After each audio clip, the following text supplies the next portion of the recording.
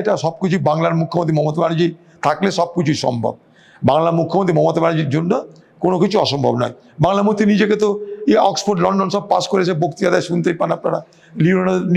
Leonardo da Vinci থেকে তিনি তো কম না, তো স্বাভাবিক তার দলের লোকরা কম জ্ঞানী তো হবে না।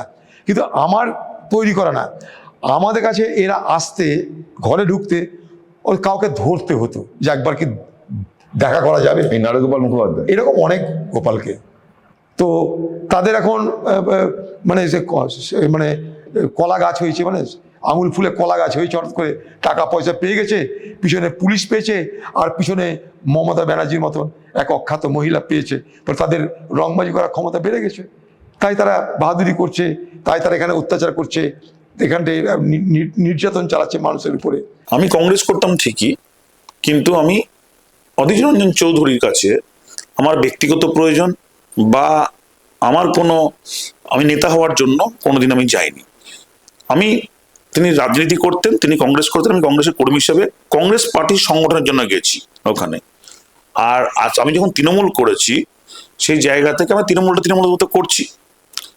আর এই জায়গায় দাঁড়িয়ে অধীর চৌধুরীর সঙ্গে আমার কোনো লেনদেনের সম্পর্ক কোনোদিন ছিল না।